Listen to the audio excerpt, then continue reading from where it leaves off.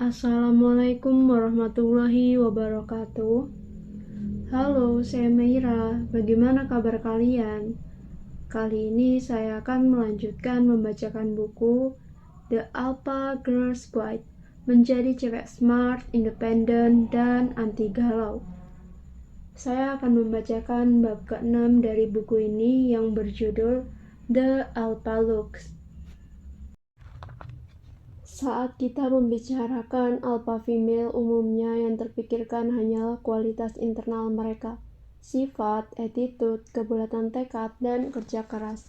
Dengan kata lain, inner beauty umumnya mendominasi diskusi para perempuan sukses. Namun marilah kita bicara realitas. Kenyataannya, hidup yang bisa dilihat sehari-hari adalah inner beauty saja tidak cukup. Bahkan hal ini sudah menjadi bahan penelitian ilmiah. Di artikel You Are Judged by Your Appearance di Forbes.com dijelaskan berbagai penelitian yang menemukan bahwa mereka yang lebih tinggi, berambut pirang, ganteng ataupun cantik, mengenakan make up, secara statistik memperoleh gaji rata-rata yang lebih tinggi.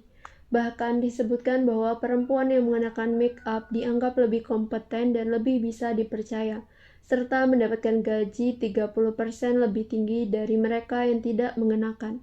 People do judge a book by its cover.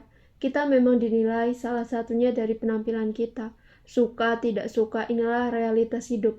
Mengesampingkan faktor penampilan dari kesuksesan adalah naif dan menolak melihat kenyataan yang ada. Seorang alpha girl tidak naif dan mengakui pentingnya penampilan fisik di dalam menunjang kesuksesan seseorang. Sebelum kita melanjutkan, kita harus dapat membedakan antara cantik dan menarik. Kedua kata ini sangat berbeda secara makna. Prinsip pertama, jika kamu tidak terlahir cantik, itu nasib. Jika kamu tidak tampak menarik, itu salahmu. Coba kalimat di atas dibaca sekali lagi. Apakah dari kalimat tersebut jelas perbedaan antara cantik dan menarik secara fisik? Kecantikan adalah semacam lotre genetik. Beberapa orang terlahir cantik dari sananya. Memang sudah cantik bisa diperoleh sesudah dewasa dengan operasi plastik. Tetapi mari kita kesampingkan dulu hal-hal ini karena sangat mahal dan hanya bisa dinikmati sebagian kecil orang. Terlahir cantik adalah di luar kendali seseorang. Sebaliknya, tampil menarik adalah hak semua perempuan. Tidak seperti kecantikan yang untung-untungan. Semua perempuan bisa tampil menarik jika memang diniatkan dan mau berusaha. Dan hal ini membawa kita ke prinsip kedua. Perempuan cantik belum tentu tampil menarik, tetapi cewek yang tampil menarik tidak perlu terlahir cantik. Pernahkah kamu bertemu dengan perempuan yang sebenarnya terlahir cantik, tetapi karena dia tidak mengurus penampilannya dengan baik, memakai baju asal-asalan, tidak merawat rambut dan kulit dengan baik, dengan berjalan dengan postur yang salah, dia justru menjadi tidak menarik. Sebaliknya, pernahkah kamu bertemu dengan perempuan yang sebenarnya wajahnya biasa-biasa saja, tetapi karena pandai memadu-madakan pakaian, gaya rambut, dan percaya diri, dia justru terlihat sangat menarik. Setelah kita banyak membahas tentang perilaku, attitude, dan pola pikir seorang alpha girl, maka bab ini didedikasikan untuk membahas penampilan. Tentunya karena buku ini tidak dimaksudkan sebagai sebuah tip kecantikan, maka pembaca tidak akan menemukan rekomendasi lipstick nomor berapa atau jenis pensil alis yang sesuai saat hujan badai. Dan tentunya saya bukan orang kompeten untuk membahas itu. Namun ada beberapa prinsip mendasar mengenai penampilan menarik yang bisa diterapkan ke semua orang, apapun bentuknya, alisnya, atau warna matanya. Karena seorang alpha girl tidak hanya memiliki alpha attitude, tetapi juga alpha look. Awal paling penting dari berpenampilan menarik. Apakah awal paling penting dari berpenampilan menarik bagi perempuan? Produk perawatan wajah yang mahal, kulit mulus bebas jerawat, kulit putih, langsat, pink, atau bahkan hijau, rambut yang berkibar-kibar sebagai bendera, tubuh yang berlekuk-lekuk bagai gitar. Semua di atas tadi tentunya penting bagi penampilan yang menarik. Namun bagi saya, awal terpenting dari penampilan menarik adalah kesehatan. Health is the beginning of attractiveness. Kesehatan adalah awal penampilan menarik. Dan ini yang paling sering diabaikan oleh banyak perempuan. Banyak perempuan mengejar langsung kecantikan dan tubuh yang seksi dengan mengabaikan kesehatan. Kesehatan seringkali dianggap tidak penting atau prioritas, apalagi bagi remaja atau perempuan usia 20-an. Pokoknya saya mau langsung cantik. Memelihara kesehatan optimal adalah hal yang membosankan dan perlu waktu. Jadi seringkali di-bypass atau diambil jalan pintas. Hal ini sangat disayangkan karena perempuan yang sehat, bugar, tidak mudah lelah pasti terlihat lebih menarik dari perempuan yang sakit-sakitan dan tidak bugar. Saya sering dimintai tips di X-Swam oleh mereka yang mengaku gemuk dan memiliki keinginan untuk kurus. Saya selalu berkata kepada mereka untuk berusaha mencapai berat badan ideal demi kesehatan, bukan penampilan, karena mengejar berat badan ideal saja bisa dilakukan dengan cara cepat, hampir instan, diet yang keras, pil-pil pembakar lemak, atau mengunjungi slimming center. Dengan asumsi metode tersebut berhasil, yang kita dapatkan hanya berat badan ideal. Memang hal ini masih positif secara kesehatan, tetapi bandingkan jika kita mengejar berat badan ideal untuk kesehatan, bukan sekedar tampil seksi. Mengejar berat badan ideal untuk kesehatan artinya menggunakan metode-metode yang bukan sekedar menguruskan, tetapi juga menyehatkan. Artinya bukan sembarang diet ekstrim dengan tujuan menurunkan berat badan, tetapi diet yang bertujuan menyehatkan. Selain itu, cara membakar kalori yang sekaligus menyehatkan adalah dengan olahraga yang membakar lemak, seperti lari teratur, senam aerobik, dan lain-lain. Olahraga yang tepat tidak hanya membakar lemak, menurunkan berat badan, tetapi juga memperkuat jantung, sistem pernapasan, meningkatkan metabolisme, bahkan bisa meningkatkan kerja otot. Itulah keuntungan mengejar kesehatan dan bukan hanya penampilan ideal. Kita tidak hanya mendapatkan bentuk tubuh dan berat badan yang ideal, tetapi kita juga mendapatkan kesehatan. Selain jauh lebih berharga daripada sekedar tampil menarik, kesehatan justru membantu kita tampil menarik. Alpha Exercise. Perhatikan teman cewek kamu yang kamu tahu memiliki pola hidup sehat atau senang berolahraga. Apakah dia juga terlihat lebih menarik dengan kesehatannya? 3 hal dasar kesehatan Alpha Girl. Buku ini bukan ditunjukkan sebagai panduan kesehatan dan kebugaran. Karena itu saya hanya membagikan 3 hal paling basic dalam mengejar kesehatan. Kamu bisa mencari tahu lebih lanjut sendiri dengan membaca banyak artikel kesehatan. Sebenarnya kesehatan itu terdiri dari 3 hal dasar saja, yaitu eat well, move well, sleep well. Konsumsilah makanan yang baik, bergerak atau berolahraga yang baik, dan tidur yang baik. Saya merekomendasikan buku Eat, Move, Sleep tulisan Tom Rath untuk tips-tips sehat yang didukung oleh sains, bukan sekedar tren kesehatan yang sering datang dan pergi. Tips ini mudah dipraktekkan semua orang.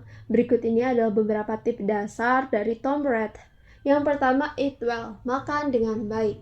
Salah satu kesalahan paling umum yang dilakukan perempuan saat ingin sehat adalah mencampur adukan kuantitas makanan dengan kualitas.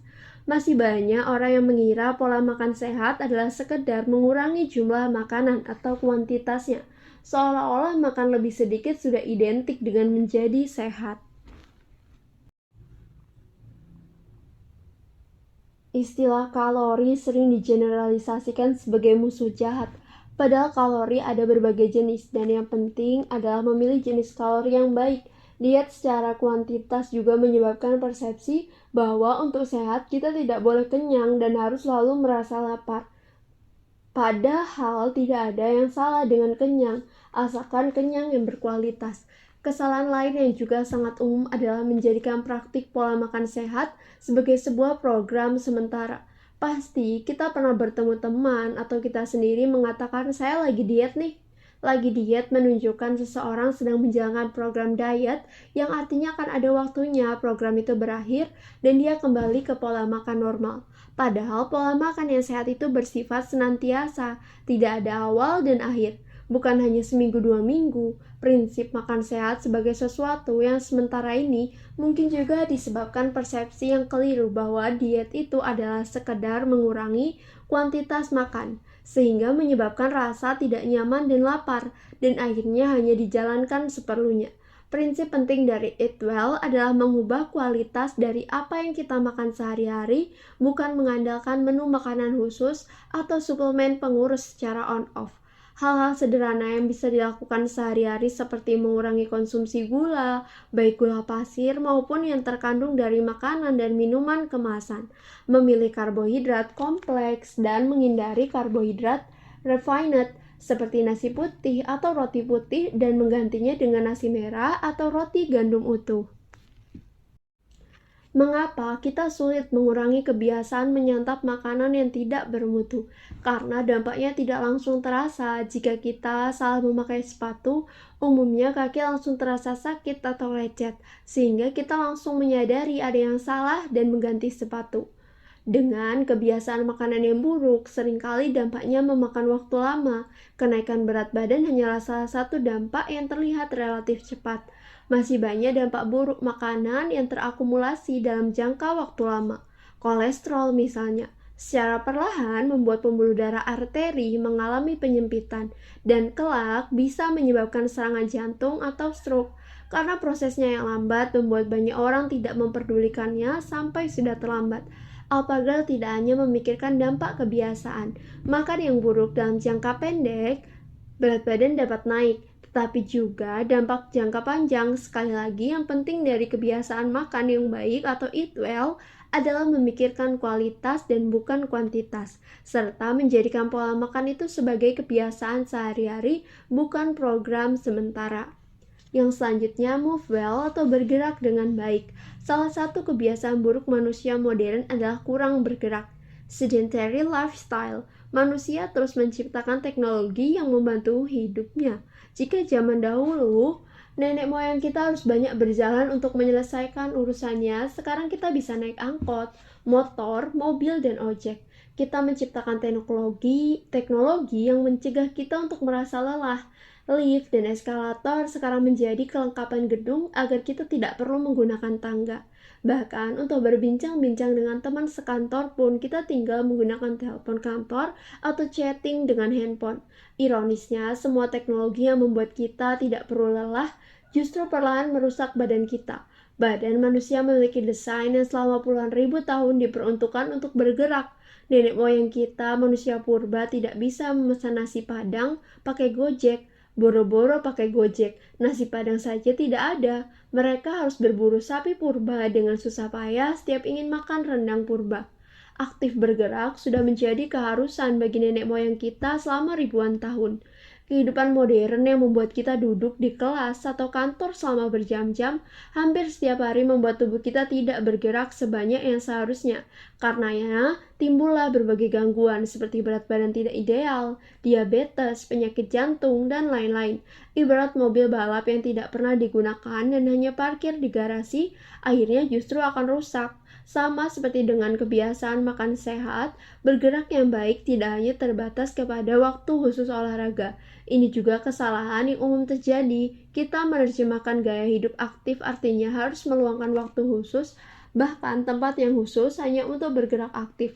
Kita harus menjadwalkan waktu olahraga, pergi ke gym, memakai alat-alat olahraga mahal, dan lain-lain. Hal ini menciptakan sekat antara kehidupan sehari-hari dan bergerak aktif. Olahraga hanya terjadi 2-3 kali seminggu selama beberapa menit sampai sejam. Sekat ini hanya menjadi sebagian kecil dari hidup kita. Sama seperti pola makan sehat, bergerak aktif itu seharusnya menjadi bagian dari keseharian kita. Setiap saat, kapanpun ada kesempatan untuk bergerak, bergeraklah. Sama seperti bukan program diet yang penting, tetapi kebiasaan makan sehari-hari kita. Begitu juga soal pergerakan kita, it's all in the little things we do every day. Hal-hal yang bisa kita lakukan sehari-hari walaupun tampaknya remeh, justru dalam jangka panjang berdampak besar. Artinya bukan berarti kita harus push up di tengah meeting atau sit up saat guru mengajar. Jika ada opsi untuk melakukan sesuatu secara fisik, maka pilihlah itu dibandingkan mengambil opsi yang mudah dan nyaman. Contoh, jika kita hendak pergi ke suatu tempat yang bisa dijangkau dengan jalan kaki selama 7-10 menit, maka tidak perlu menggunakan angkot, naik motor, apalagi sampai minta diantar mantan. Jika kondisi jalan baik dan aman, mengapa tidak berjalan kaki? Jika kita berada di kantor yang menghuni beberapa lantai daripada menggunakan lift, mengapa tidak menggunakan tangga? Kantor saya menghuni lantai 24 dan lantai 26, dan saya heran melihat banyak rekan kerja yang memilih menggunakan lift untuk mengunjungi koleganya padahal menggunakan tangga lebih cepat, tidak perlu menunggu lift dan lebih sehat. Dan jika pembaca mengira bahwa bergerak aktif hanya tentang kesehatan tubuh semata, maka hal itu keliru besar. Penelitian menemukan bahwa berjalan cepat selama 40 menit 3 kali seminggu selama setahun mampu menumbuhkan volume hipokampus, sebuah bagian otak yang berperan dalam pembentukan ingatan. Gaya hidup aktif yang membantu daya ingat kita. Catatan di atas tidak berarti waktu olahraga khusus tidak penting. Meluangkan waktu khusus untuk berolahraga seperti berlari atau jalan cepat, bersepeda, bermain bola, atau mengangkat beban tetap diperlukan. Selain gaya hidup aktif sehari-hari, olahraga dan gaya hidup aktif tidak hanya memberi manfaat pada raga, tetapi juga fungsi otak kita. Pepatah lama, mens sana in corpore sano, telah dibuktikan oleh sains di dalam tubuh yang sehat memang terdapat jiwa yang sehat. AlphaGirl menjalani gaya hidup aktif tidak hanya agar sehat dan terlihat menarik, tetapi juga memperkuat fungsi otak dan kemampuannya berpikir. Karena di dalam tubuh yang sehat, penyakit dan bego sama-sama menghindar. Sleep well, tidur yang baik. Banyak orang menganggap tidur hanyalah sebuah proses istirahat saat tubuh merecharge energi. Karenanya banyak yang masih menganggap tidur sebagai fase keseharian yang tidak produktif. Jika tidur bisa dikurangi, seolah-olah artinya tersedia lebih banyak waktu untuk produktif. Ini menyebabkan banyak orang berusaha mengurangi tidur agar bisa lebih banyak bekerja, atau sekedar menonton siaran langsung pertandingan bola, misalnya dengan mengonsumsi kopi atau minuman energi. Baru-baru ini dunia sains mengungkapkan bahwa saat tidur justru otak kita tetap bekerja dan melakukan fungsi-fungsi penting. Misalnya, ilmuwan menemukan bahwa saat tidur otak kita tetap memproses berbagai informasi yang masuk, dan ini berguna untuk pengambilan keputusan saat kita terjaga. Saat tidur, otak kita juga sibuk membangun ingatan baru. Tidur sangat penting perannya dalam proses belajar, karena apa yang kita pelajari saat terjaga akan diendapkan oleh otak menjadi ingatan, dan saat kita tidur, mungkin ini bisa menjadi alasan yang bagus saat kita terpergok ketiduran di kelas. Penelitian lain juga menemukan bahwa saat tidur, otak membentuk hubungan-hubungan baru dari konsep-konsep yang ada di pikiran kita, dan ini adalah kunci kreativitas. Saat tidur, otak juga sibuk membersihkan racun atau sampah kimia. Jika kita tidak cukup tidur, kita tidak memberikan kesempatan bagi otak untuk bersih-bersih, dan sampah di dalam otak kita yang menumpuk akhirnya menurunkan kemampuan berpikir kita. Jadi jangan anggap remeh tidur, karena saat kita tidur, otak kita tidak ikut tertidur. Bahkan otak kita baru bisa melakukan fungsi-fungsi vital saat kita tertidur. Pekerjaan otak saat kita tertidur sangat penting untuk membantu kita berfungsi dengan baik saat kita terjaga. Kualitas tidur yang buruk justru membuat kita tidak produktif. Ada satu lagi alasan agar kita melakukan tidur cukup. Ada banyak penelitian yang menunjukkan hubungan antara tidur dan berat badan ideal. Ditemukan bahwa secara umum anak-anak dan orang dewasa yang tidur terlalu sedikit memiliki berat badan lebih tinggi dibandingkan mereka yang mendapatkan cukup tidur. Beberapa kemungkinan penjelasan di balik ini adalah mereka yang tidak cukup tidur merasa terlalu lelah untuk berolahraga sehingga lebih sedikit membakar kalori yang dimakan, atau mereka yang tidur lebih sedikit menjadi makan lebih banyak hanya karena mereka terjaga lebih lama, atau kekurangan tidur mengganggu keseimbangan hormon yang mengendalikan rasa lapar sehingga mereka yang tidurnya kurang merasa lebih lapar dibandingkan mereka yang tidurnya cukup. Berapa banyak tidur yang kita perlukan? Saat ini konsensus yang ada di dunia medis adalah kita membutuhkan sekitar 7 hingga 8 jam sehari tidur malam saja. Yang harus diperhatikan adalah kualitas dari tidur kita, tidak hanya kuantitas saja, dan seringkali kita tidak membantu tubuh kita mendapatkan tidur yang berkualitas. Salah satu kebiasaan buruk yang mengganggu kualitas tidur adalah bermain gadget sebelum tidur. Penelitian menunjukkan mereka yang menggunakan gadget sebelum tidur mengalami tidur yang kalah kualitasnya dibandingkan mereka yang tidak menggunakan gadget. Para pengguna gadget sebelum tidur ini memiliki kadar hormon melatonin yang lebih rendah. Padahal hormon ini penting dalam menimbulkan rasa kantuk. Diduga cahaya biru atau blue light yang dipancarkan oleh layar gadget ini mengganggu fungsi otak yang mengatur siklus tidur. AlphaGirl menghargai pentingnya tidur, menjadi sok gagah kuat tidak tidur, tidak hanya bodoh, tetapi justru perlahan merusak tubuh sendiri. Jangan lupa tidur yang buruk bisa menambah berat badan dan juga mengganggu fungsi otak. Jangan sampai menjadi bodoh dan berkelebihan berat badan karena meremehkan tidur. Buku ini memang tidak dimaksudkan sebagai panduan kesehatan perempuan yang komprehensif dan mendetail.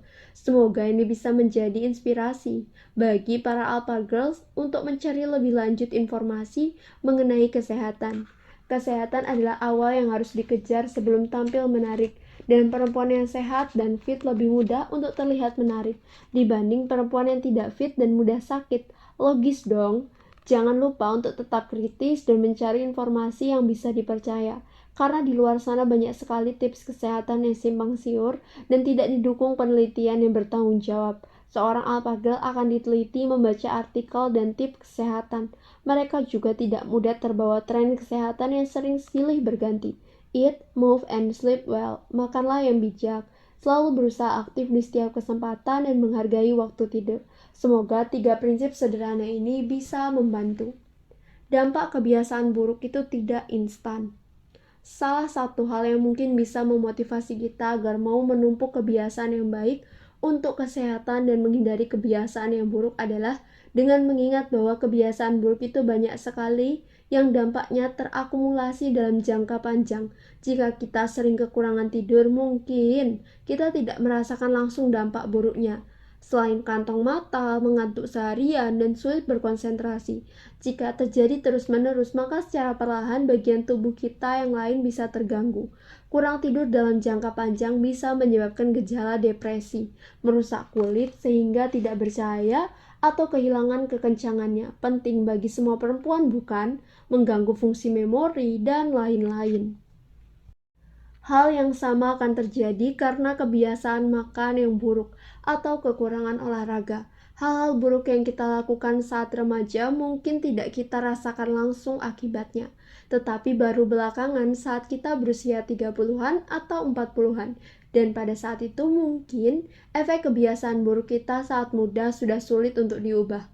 Seorang alpha girl yang ingin tumbuh menjadi seorang alpha female yang prima dan menarik akan menumpuk gaya hidup yang baik dan menghindari gaya hidup buruk dari sekarang. Postur alpha. Setelah kita sedikit menyentuh fondasi penampilan menarik yaitu kesehatan, maka mari kita melanjutkan ke bagian dari penampilan lain yang sering diabaikan, yaitu postur. Sama seperti kesehatan, postur seringkali diabaikan, kalah dengan urusan memilih warna lipstik, pensil alis, gaya rambut, wangi parfum, dan lain-lain. Postur di sini adalah berjalan dan duduk tegak, tidak membungkuk atau slouching.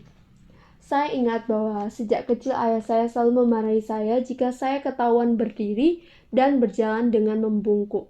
Dan ini juga berlaku untuk kakak saya yang perempuan. Ayah saya juga ingin putrinya berjalan dengan tegak dan pede. Postur yang baik membawa banyak manfaat. Yang pertama tentunya kesehatan. Kamu tidak ingin tulang punggung kamu menjadi bungkuk beneran.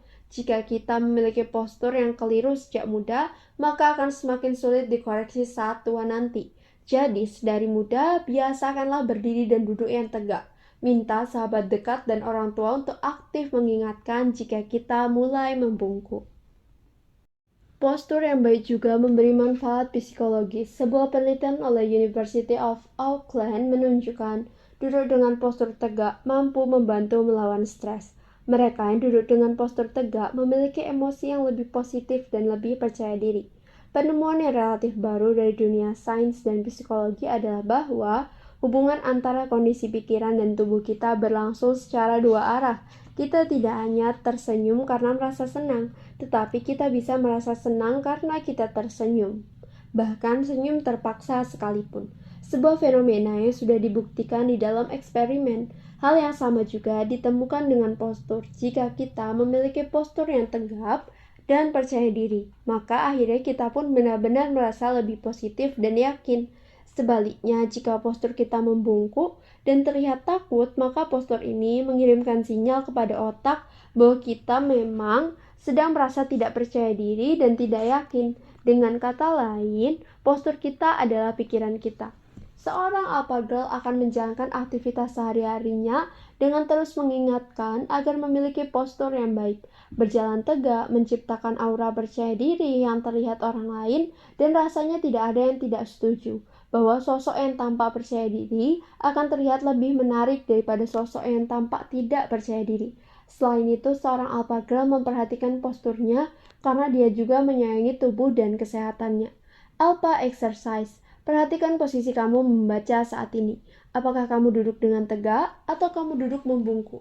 Coba berdiri di depan kaca dengan posisi normal. Apakah kamu punya kecenderungan membungkuk? Coba mulai sekarang untuk sadar postur, baik saat ada orang lain maupun sendiri. Penampilan yang sesuai dengan situasi. Apakah penampilan yang menarik harus berarti menggunakan baju, sepatu, dan tas yang mahal? Setelah berbicara dengan beberapa alpha female, surprisingly, tips yang sering diucapkan adalah berpenampilan yang sesuai atau appropriate dengan situasi ataupun acara. Kesalahan paling mendasari dari pilihan busana adalah tidak mengenakan pakaian yang sesuai dengan situasi. Seorang alpha girl bisa menjadi bunglon. Tentunya dalam arti positif, menjadi bunglon artinya pandai beradaptasi dengan sekitarnya. Dan ini artinya memiliki kemampuan menganalisis situasi sekitar. Kemampuan menjadi bunglon ini bisa sangat membantu kesuksesan kita di dalam dunia karir. Contoh saat seorang alpha girl akan melakukan wawancara pekerjaan.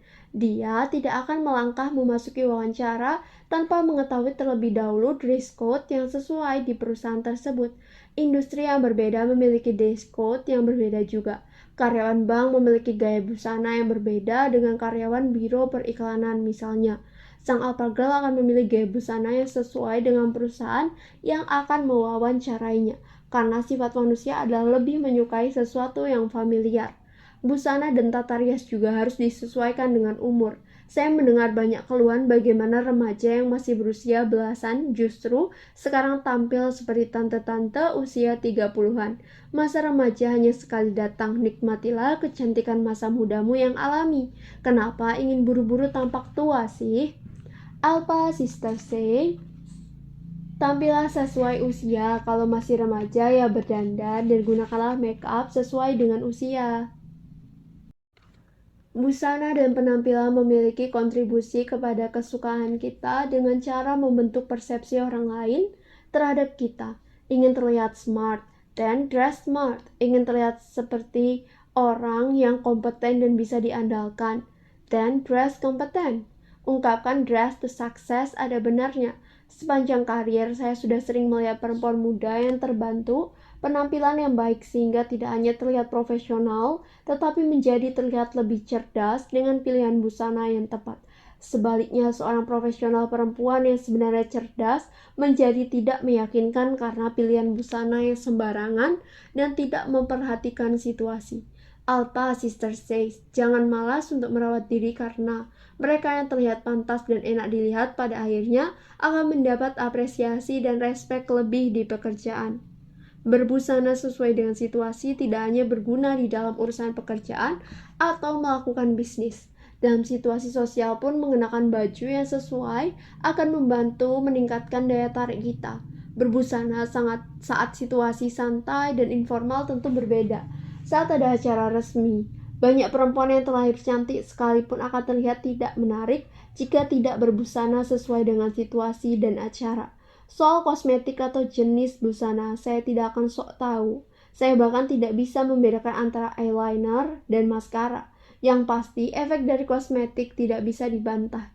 Dalam sebuah penelitian di Boston University ditemukan bahwa perempuan yang menggunakan make up dianggap lebih kompeten dibanding perempuan yang tampil apa adanya. Tentunya ada batas sampai kapan penggunaan make up menjadi berlebihan atau terlalu glamour yang dapat menurunkan persepsi kompeten. Intinya, kita tidak bisa menutup mata bahwa penggunaan kosmetik yang tepat mampu mempengaruhi citra kita di depan orang lain, dan ini bisa secara tidak langsung membantu atau menghambat kesuksesan kita di tempat kerja. Tips memilih baju dan kosmetik bertebaran di mana-mana. majalah, artikel internet, YouTube, dan lain-lain. Yang lebih penting sama dengan ajaran berbusanalah sesuai dengan konteks dan acara. Maka pilihlah kosmetik dan busana yang sesuai dengan bentuk wajah, warna kulit, ataupun bentuk tubuh kita. Semua perempuan bisa dan berhak tampil menarik, tetapi ini memerlukan pilihan kosmetik dan busana yang matching dengan diri kita. Jangan malas karena semua informasi itu sudah tersedia dan mudah didapat. Dari warna lipstik yang sesuai dengan warna kulit, jenis baju yang harus dihindari untuk potongan tubuh kita, sampai gaya rambut apa yang terbaik dengan bentuk kepala kita. Masalahnya banyak perempuan asal mengikuti tren rias wajah, busana, atau gaya rambut tanpa memikirkan kecocokan dengan kita. Kalau kita tidak cocok dengan gaya Korea, mungkin jangan memaksakan diri. Nanti malah terlihat seperti Korean barbecue.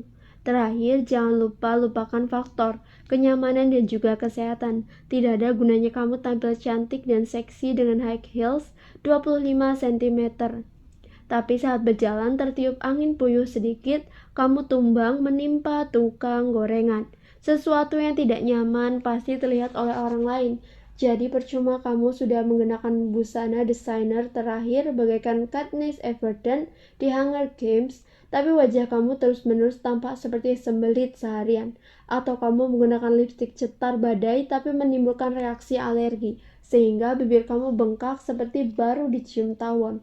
Jadi pastikan apa yang kamu kenakan dan gunakan selalu nyaman dan aman. You can make people turn their head at you without being born beautiful. Kamu bisa membuat orang-orang berpaling dan melirik kamu tanpa harus terlihat cantik. Saya percaya hal ini dan sudah sering melihatnya sendiri. Perempuan yang tidak terlahir cantik tetapi pandai memilih busana yang sesuai, tata rias yang menunjang fitur fisiknya, serta cara berjalan, postur, dan senyum yang tulus, semua itu bisa membuat semua orang perempuan tampil sangat menarik. Satu hal yang bisa dipikirkan mengenai berbusana dan memiliki rias wajah yang menarik adalah untuk siapa kita melakukannya. Masih banyak perempuan yang menganggap merias diri untuk konsumsi orang lain, khususnya kaum laki-laki. Walaupun ini bukan motivasi yang keliru dan sangat wajar perempuan menikmati kekaguman orang lain, mengapa kita tidak melakukannya untuk diri sendiri juga? Mungkin banyak perempuan yang malas merias karena merasa tidak perlu menyenangkan orang lain. Saya tidak perlu make up, saya cukup dengan inner beauty saja. Namun kita bisa tampil menarik untuk diri sendiri. Saat kita merasa diri ini tampak cantik dan menarik, kita pun akan merasa cantik dan ini menyenangkan. Perasaan positif pun akan mudah terpancar keluar. Alpha Sister says, banyak perempuan dandan untuk tampil menarik bagi cowok atau orang lain. Bagi saya merias diri itu pertama-tama untuk diri sendiri. Kalau saya tampil menarik, itu untuk menyenangkan diri saya sendiri.